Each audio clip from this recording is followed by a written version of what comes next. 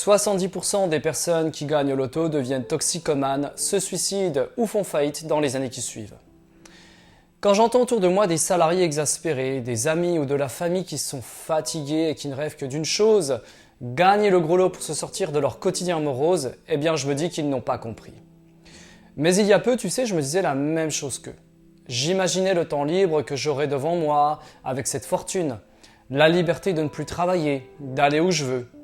Mais il y avait une chose que je n'avais pas réalisée, c'est que l'argent ne te change pas en profondeur.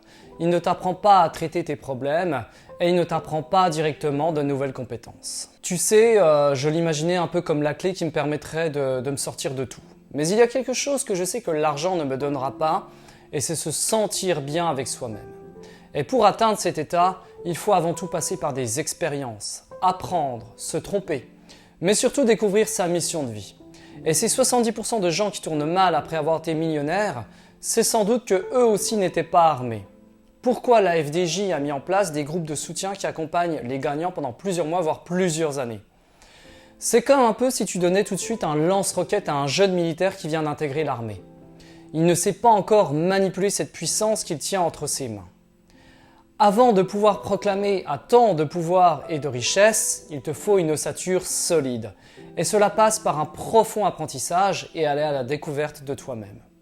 Et là, je sais, je te vois, tu vas me dire « Non, mais c'est bon, tu saoules avec tes trucs, le fric, il fait tout, et tu as tout le temps d'apprendre après quand tu seras riche. » Eh bien non, justement. Tu n'apprendras pas, ou du moins pas de la manière que tu aurais appris que si tu devenais riche après un travail justement riche d'apprentissage. Tu te diras « Bon, à quoi bon évoluer, j'ai tout ce qu'il me faut. » Et c'est là que tu te plantes. En tout cas, c'est ce que se dirait une grande majorité, comme si l'argent finalement était la finalité de leur vie. Parce que tu es fait pour évoluer, tu es fait pour apprendre constamment. Si tu commences un jeu vidéo en battant le boss final et en étant plus fort, où est l'intérêt? Et je t'assure que tu sentiras une grande différence entre une richesse acquise par un long travail que tu auras mené, par des sacrifices, plutôt que de l'argent gagné par des jeux ou un héritage. Tu te diras « Oui, j'ai de l'argent, mais c'est grâce à mon travail et je ne l'ai pas volé. » Car il y a aussi derrière la possibilité que tu te sentes illégitime à avoir gagné tant d'argent si tu n'as pas fourni l'effort nécessaire pour l'obtenir. Et une confiance en toi acquise par le travail est complètement différente. Mais je sais que beaucoup veulent aller vite. Tiens, je te donne un exemple. À mon dojo de karaté, il y a un jeune d'une dizaine d'années qui était venu nous voir, nous demander combien de temps ça lui prendrait pour être ceinture noire. Alors on lui a répondu que s'il venait s'entraîner régulièrement, qu'il pratique aussi en dehors du dojo et qu'il y met de la bonne volonté, ça lui prendrait environ entre 5 et 10 ans. Eh ben figure-toi qu'on ne l'a plus jamais revu. Et c'est pire avec les nouvelles générations qui arrivent parce qu'elles veulent tout de suite, elles veulent arriver à l'aboutissement, elles ne veulent plus perdre leur temps.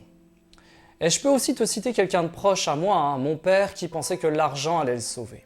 Mais en écoutant ses discours, je savais qu'il avait d'autres choses à résoudre bien en amont.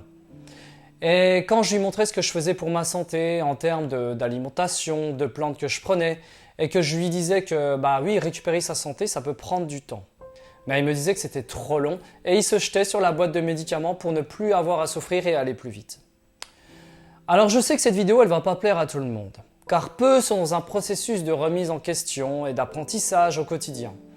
Peu sont enclins à vouloir se former sur la communication, la gestion des finances, apprendre quoi dire et à qui. On veut l'argent pour se sortir rapidement d'un travail qu'on déteste, pour certainement aussi passer plus de temps avec nos proches ou aider notre prochain.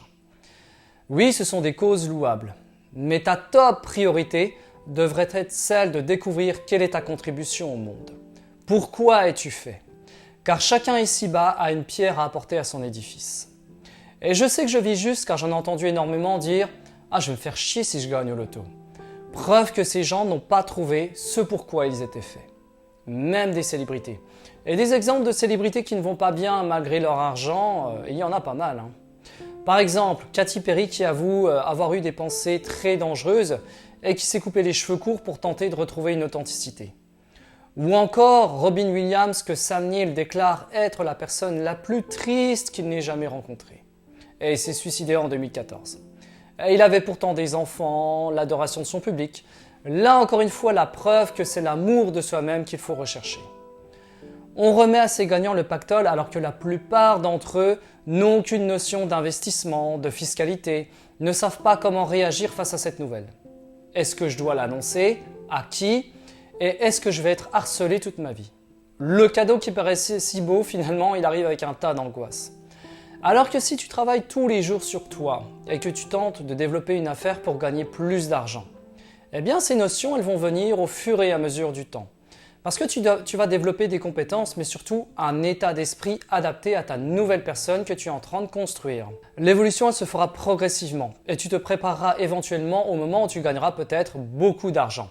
Que cela soit par le fruit de ton travail, un jeu ou un héritage. Mais le problème actuel, et tu le sais bien, c'est qu'on ne veut plus passer par ces longs processus d'apprentissage.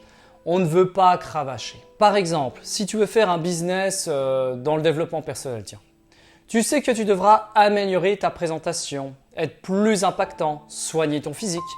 Donc tu vas travailler dur pour montrer la meilleure image de toi-même. Est-ce que tu l'aurais fait avec autant de volonté et de panache si tu avais déjà l'argent? Je ne pense pas. Moi justement, ce qui me rend vivant, c'est me sortir d'une situation inconfortable et urgente qui me pousse sans cesse à vouloir repousser mes limites. L'argent n'est qu'un outil. Alors oui, certes, c'est un outil qui fait beaucoup de bien, on va pas se mentir, et il faudrait être bête pour refuser une somme d'argent sous prétexte que notre apprentissage n'est pas terminé. Et si je te disais que je refuse de gagner au loto, ce serait complètement malhonnête de ma part. Mais c'est un outil qui ne développe pas l'être en profondeur. Si tu es timide et que tu ne sais pas communiquer, et que tu gagnes beaucoup d'argent, eh bien tu seras toujours un timide qui sera riche. Et si tu ne sais pas parler aux femmes et que tu deviens riche, eh bien ça ne fera pas de toi un bon séducteur. Oui, je te vois venir et tu vas me dire qu'avec l'argent, tu n'as plus besoin de savoir parler, tu vas les attirer automatiquement. Alors oui, tu vas en attirer, mais quel genre de femme? Et puis tu sais, des gens riches qui prennent des leçons de séduction, il y en a. Car l'argent ne fait pas de toi un homme meilleur. Et j'avais entendu sur une chaîne YouTube, et c'est quelque chose qui m'est resté en mémoire, c'est que l'argent c'est un amplificateur. Par exemple, si tu es pauvre et que tu n'as pas de compétences sociales, eh bien tu passeras inaperçu. Mais avec de l'argent, tu seras plus visible et il sera plus difficile pour toi de dissimuler justement tes faiblesses. Même si tu souhaites rester discret, la richesse te mettra peut-être sous les feux des projecteurs. Peut-être même que tu seras médiatisé. Mais si tu es malheureux au fond de toi et que tu n'as toujours pas trouvé ta contribution dans ce monde, eh bien tu auras toujours ce vide. Après, tu vas me dire à l'heure actuelle, il vaut mieux courir après l'argent qu'après les femmes. Et là-dessus, je ne pourrais pas te contredire. Et ce qu'il faut que tu comprennes, c'est que tu dois te focaliser avant tout sur ta guérison et ton apprentissage qui t'apporteront stabilité, puis argent certainement. Mais ça, c'est comme le reste. C'est comme ceux qui cherchent le couple pour se guérir via un partenaire alors que la guérison doit venir d'eux.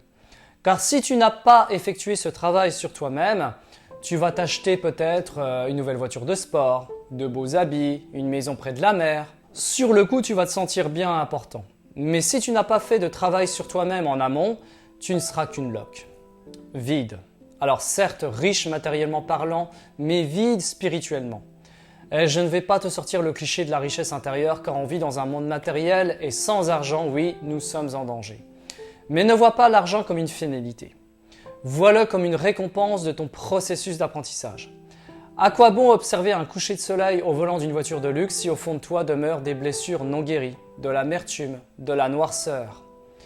Tu pourras mettre les plus beaux paysages du monde, les plus belles femmes à tes côtés. Crois-moi que ces choses ne viendront pas te guérir. Elles seront des distractions qui te feront oublier quelque temps. Alors oui, des distractions de meilleure qualité que le commun des mortels, certes, mais des distractions quand même. Et les distractions t'éloignent de la vérité.